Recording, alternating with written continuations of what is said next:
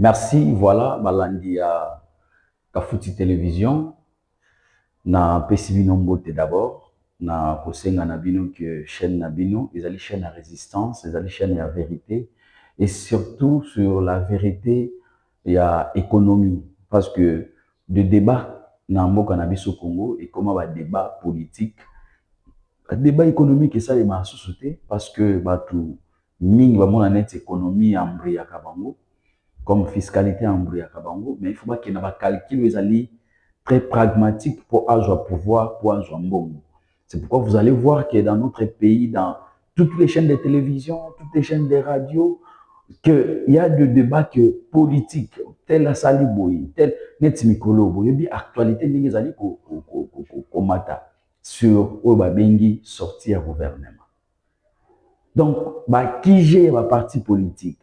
Dignitaire nyonso ya mboka na biso en mouvement parce que il y a la sortie à gouvernement. Mais la question que je me pose, sortie à gouvernement eza malamu, mais objectif ya gouvernement na kozalani. Et jusqu'ici, je suis en train de réfléchir na yoka ki chef de l'État lobi asengi ayebisi bato ya famille politique na ye non, il faut tout ça la gouvernement ya large ouverture. Il faut tout ça, la gouvernement et l'Union nationale. Non, non, il y a un terme. Mais l'objectif, il y a un gouvernement, c'est que tu aies un parce que il faut que tu aies un objectif, il y a un gouvernement. Et ceux qui ont un objectif au gouvernement, les gens qui maintenant, un profil, il y a un moto. Que l'objectif, au chef de l'État, un profil tel, ça peut donner quelque chose. Mais aujourd'hui, on nous parle seulement du gouvernement, sans nous parler de l'objectif du gouvernement, sans nous parler de profil, il y a un gouvernement. Maintenant, toujours le chef de l'État a élaboré ce gouvernement, il y a un gouvernement, il y a un warrior. À lobby, à l'obara mokut na Kikongo, à l'État, à lobby maintenant qui s'allume bande. Donc, na Kikongo, l'État qui s'allume bande, ça veut dire Moussa les bandits. Donc, avant 2023, 2022, je crois, le chef de l'État, avant de Moussala Moussalati, a remarqué que Moussala et ça m'a quitté. Donc, la réclamation, nous sommes dénoncer que Moussala et ça m'a quitté, c'est vrai. Le chef de l'État, il a dit, Moussala et ça m'a quitté parce que FCC va bloquer. Maintenant, qui s'allume, mais banda. Gouvernement, tout ça, on combo, il y a gouvernement, il y a warrior. Warrior, c'est-à-dire, guerrier. Guerrier, c'est ça, bateau, travailler sans cesse. Bateau, il y a ma casse, tu vois, côté na Moussala, il faut bon monde qui a ça. Malheureusement, que les warriors va faire des résultats spontanés au Congolais bandé causer. Chef de l'État a eu ça le gouvernement après l'élection en 2023. À lobby au gouvernement ils allaient gouvernement il y a peuple. Mais aujourd'hui, est-ce que le gouvernement il y a peuple et puis ces résultats au peuple bandé causer? Parce que les warriors va faire ça quitter. D'abord, tout le gouvernement il y a Ilukamba et puis ça résultat parce que FC ça va bloqué. Tu vois le gouvernement ba warrior aux à la tête nango Sama Lukonde, ça n'a pas donné de résultats. Et pourquoi résultat et puis ça m'a quitté? Quel était l'objectif du gouvernement wana? Tu vois le objectif nangote. Et lelo tu vois le gouvernement au bako bien gouvernement union nationale. Parce que le gouvernement union nationale lié parce qu'il y a la crise au pays. Il y a la crise politique, il y a la crise sécuritaire. Et tout le deux crises est impacté par le secteur union sur la vie nationale. Parce que nous avons 4 secteurs de la vie nationale. Et impacté dans le secteur union et il y a blocage. Maintenant, il faut qu'on déverrouille. Et qu'on déverrouille, ça demande des stratégies. Il y a une stratégie au chef de l'État qui est à l'opinion. Nous avons une cohésion nationale et ça sous-soutien dans le cannabis. Parce que mais il faut tout ça, le gouvernement, il y a union nationale pour tout ça, sa cohésion. Parce que pour tout le monde, pas certainement. Là aussi, moi, je confirme que le cannabis, ils allaient agresser et ils allaient agresser dans 3 pays. Les pays, mais principalement, il y a 3 pays. Il y a le Rwanda, il y a l'Ouganda et il y a le Burundi. Oyo batunion surtout le gouvernement batanga Burundi te bakoza Burundi ba amina bango et il y a l'Ouganda to moni lelo na Ituri makamndenge zo leka to belango.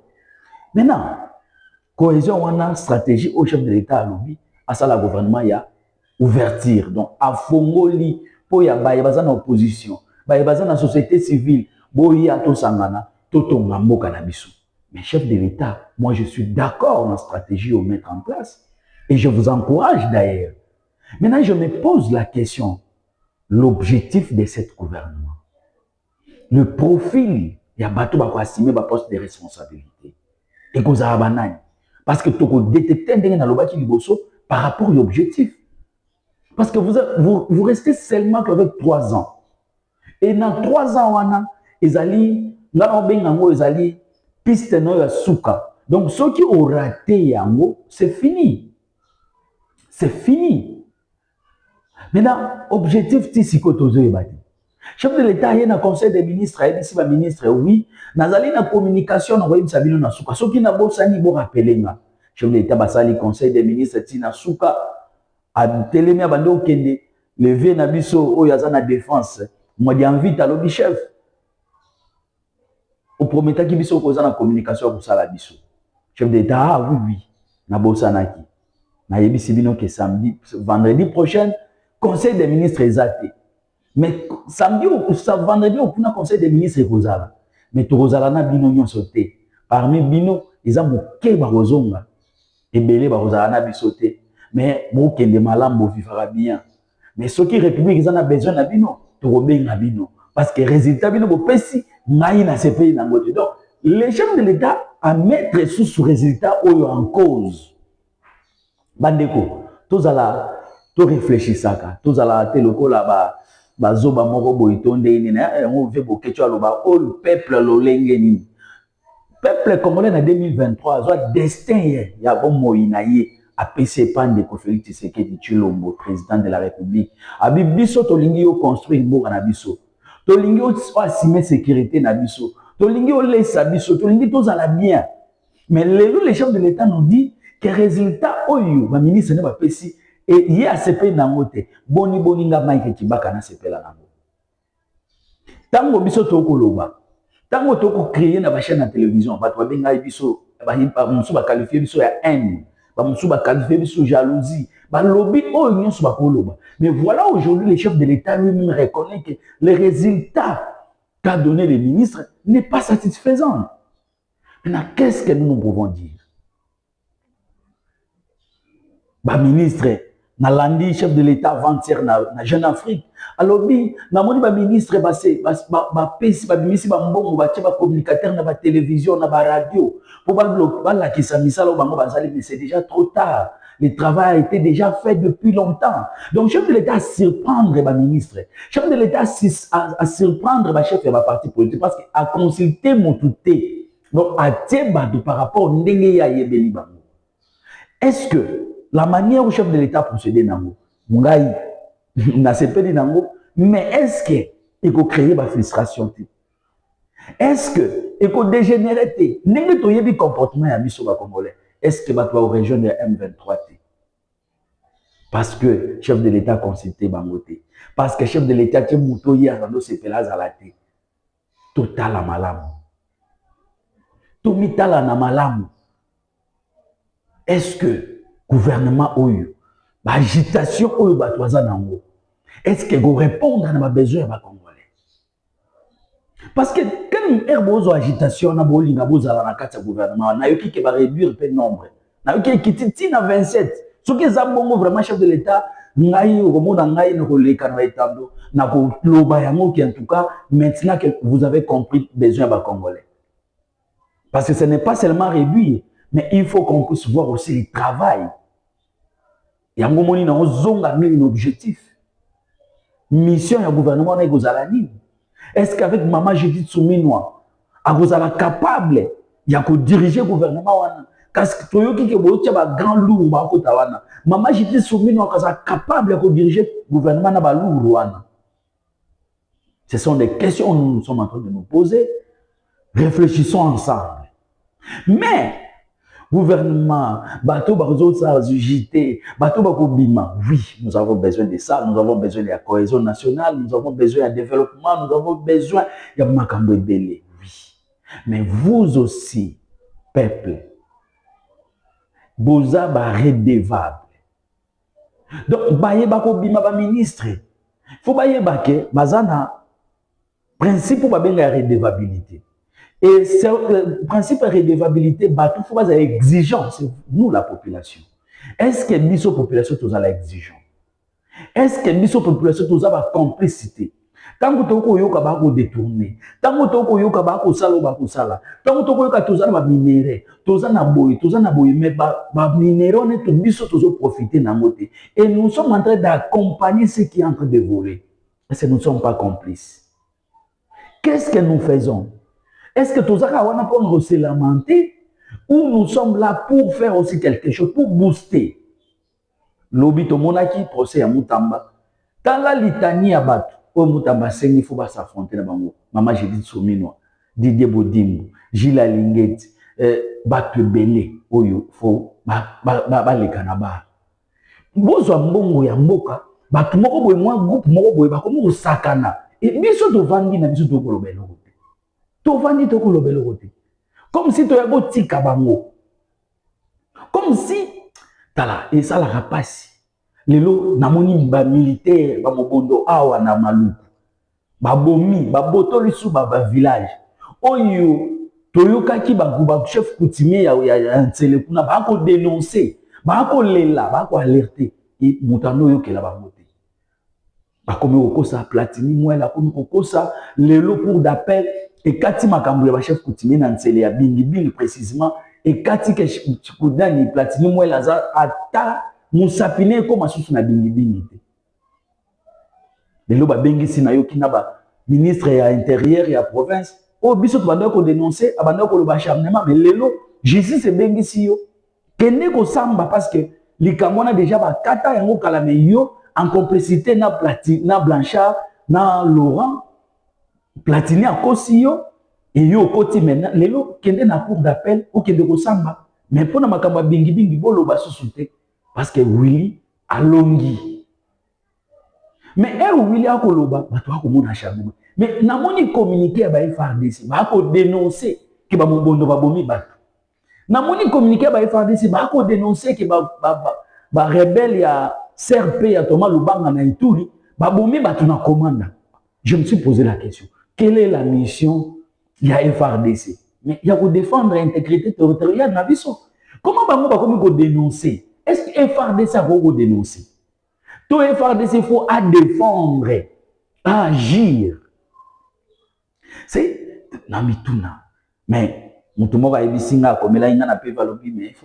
salaire, il faut la militaire. Nous avons tout au Congo, mais ce qu'on salaire n'a pas misérable. Hier, j'étais à Lemba, dans on a limité dans mon petit 20 heures, ba militaire, na ba policier, na ba banque, ba gozo ba bongo na bango. Na tuni bango bozo oh non, ba matini somo moke soda so ba 500 000. Bon, félicitations. Na ba effort au gouvernement sali ka matisi bango, ba musu ba 800 000, mais bo sala ke bo matani susu.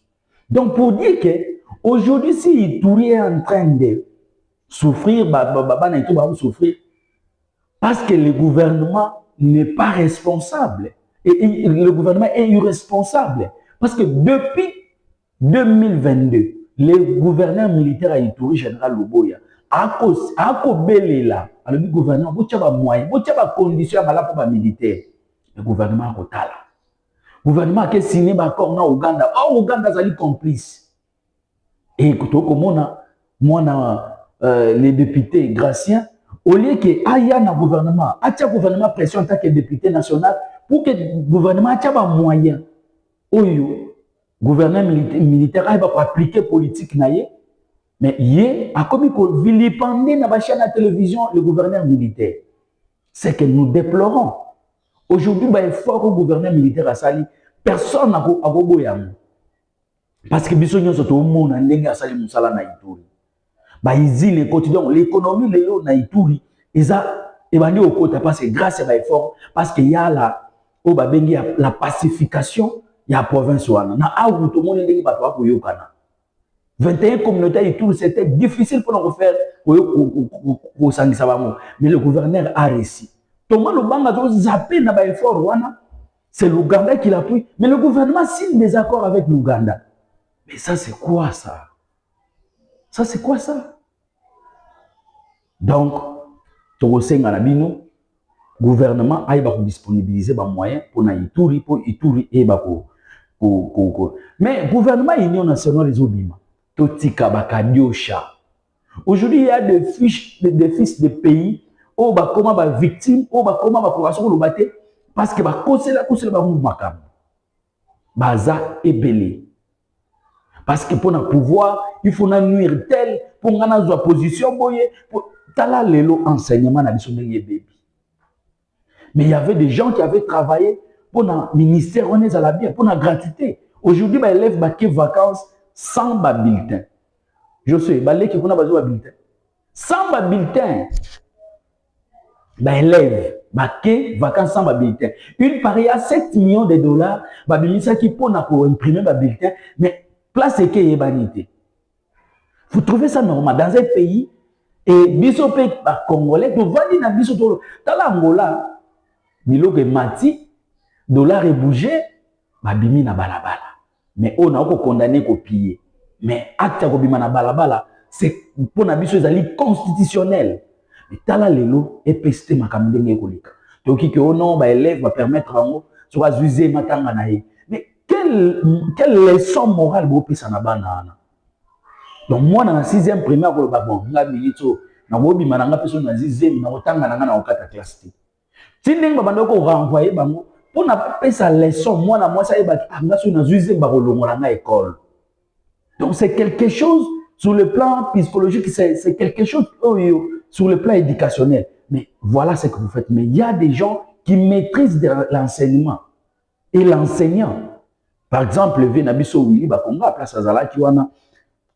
Oh, nous sommes mais et ça, les naïe, parce que moi, touche mon corps. On a la plus aspect à l'école naïe ou à Sévigné. Ce qu'on a les structures, organisation, vous sentez qu'il y a quelque chose là-bas.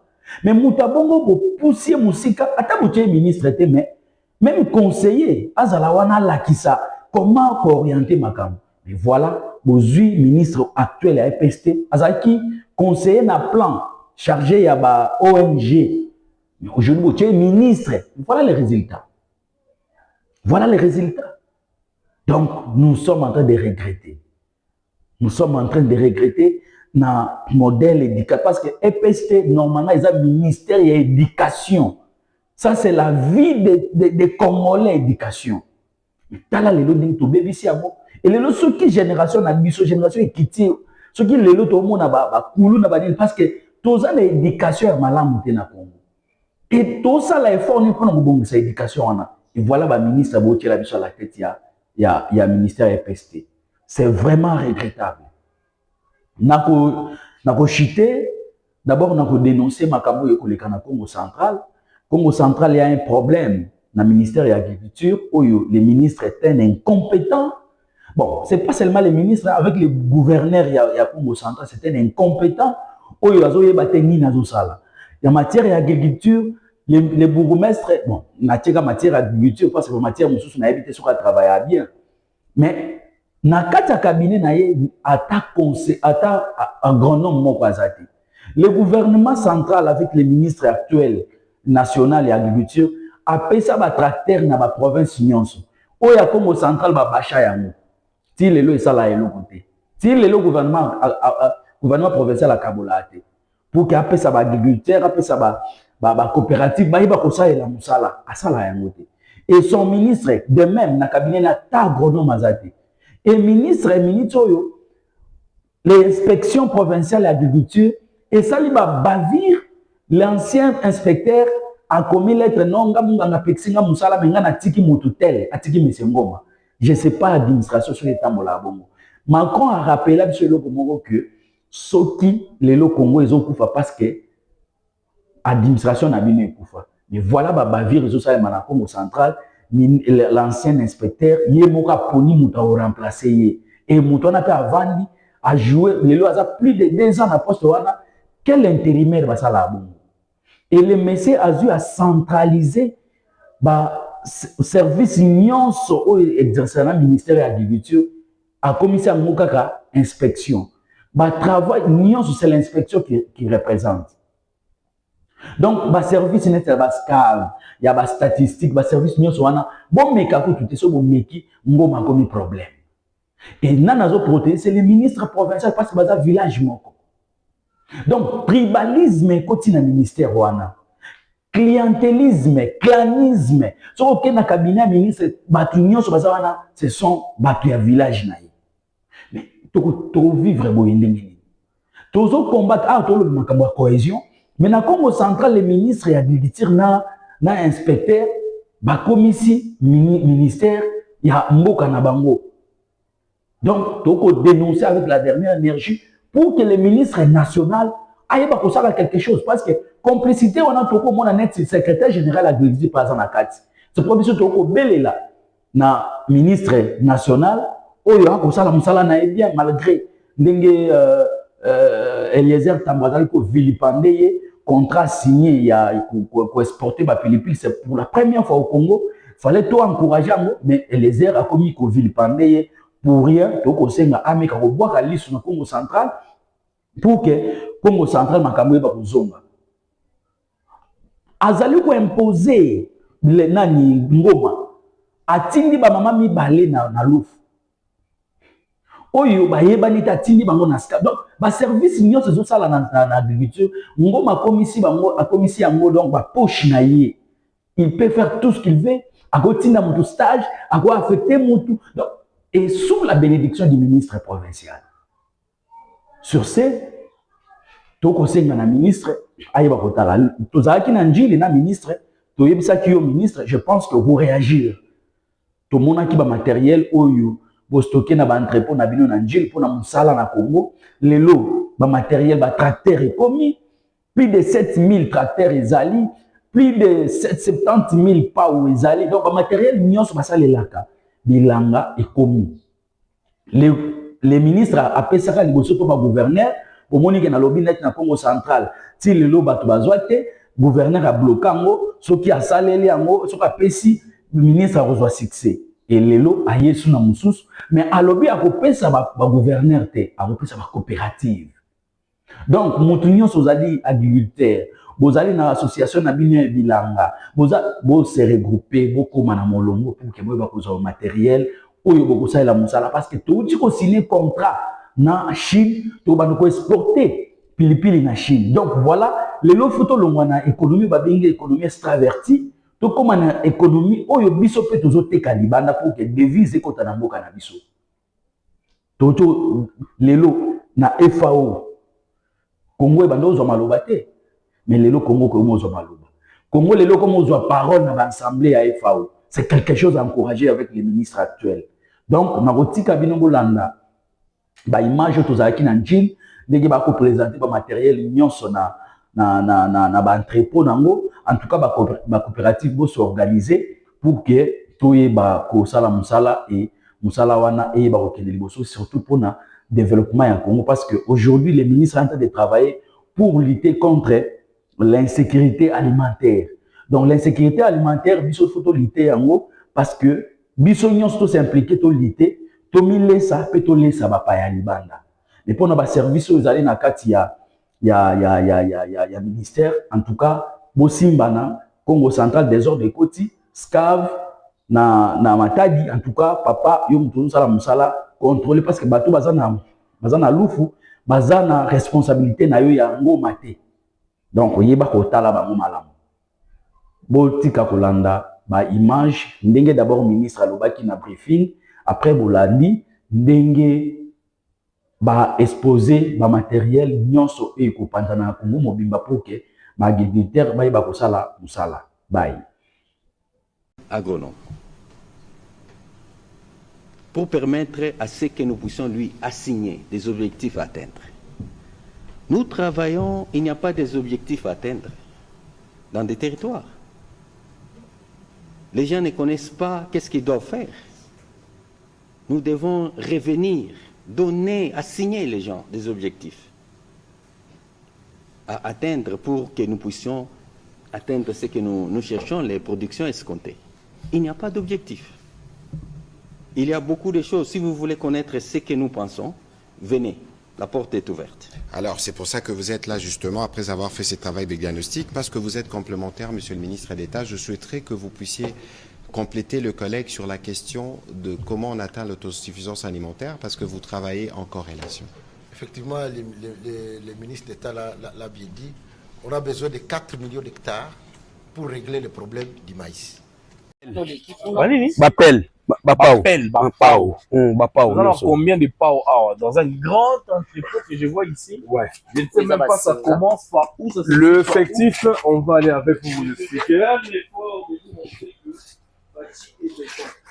Nous avons 3500 pelles et 3500 pêches. 3500 pelles et 3500 pêches. Vous voyez, nous avons 3500 ou et 3500. Il y a où? Petit et grand. Ça fait 7000. 7000. Nous avons 3500 arrosoirs. Donc, Oyo, on peut expliquer du tout. Ça va. Nous avons. Mais ils revendent à Kaka Awa, il faut ça la moussala. Il faut qu'on ait Oyo, toujours dans la province. Nous avons ça dans la province. Pour la toujours dans la même logique avec auprès du gouverneur des provinces, ou cette fois-ci avec des coopératives. Pour cette fois-ci, avec des coopératives. Parce que ma coopérative, nous recevons pour lutter contre les alas. Merci. 7 000, quelque chose, allons même à 12 000. Avec les coopératives, pour retenir échec, il y a Kabila. Avec ma coopérative, tu peux tenir échec, il y a Kabila. Tu as contrôle à gente. Il faut avec un photo qui est un système, il y a un champ expérimentif, il y a ministère. champ expérimentif il y a ministère yemoko. Pour ce qui est un système à Kabila, après ça qui bat ba ONG, tout, ba coopérative wana. Et ça là que l'autre côté. Et bon, maman na bandako et comment so boké na. Les champs expérimentifs aussi, le mal aussi avec nos responsables. Papa Babila, on monsieur Zalia. Faut pas préparer. Des effectifs, mais pour avoir effectif et pas un il faut pas préparer déjà moral là-bas. C'est pas ça. Pour tenir un échec.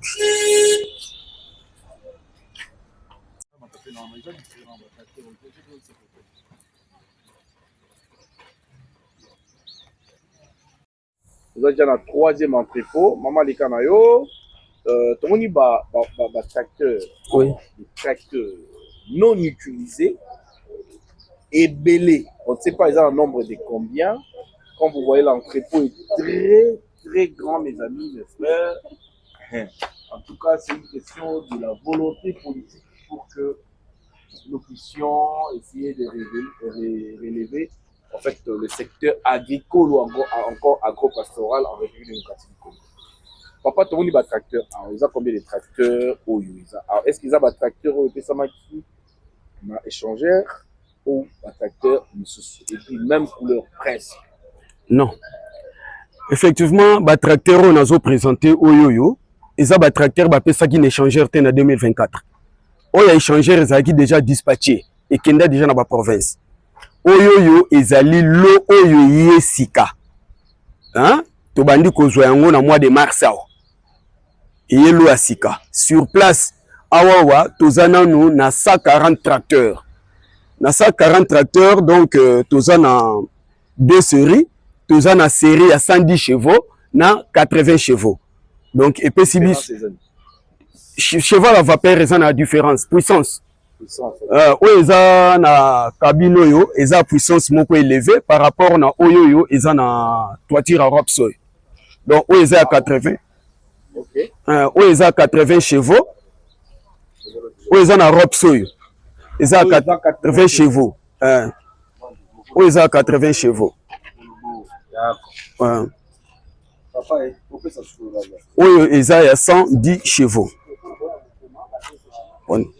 Ezali nde style wana mais ezali te ke yo ba tracteur ya ki ne changer yango te o échangeur déjà eza dispatché kenda déjà kala ozaki 1000 quelques tracteurs ba distribuer na échangeur bon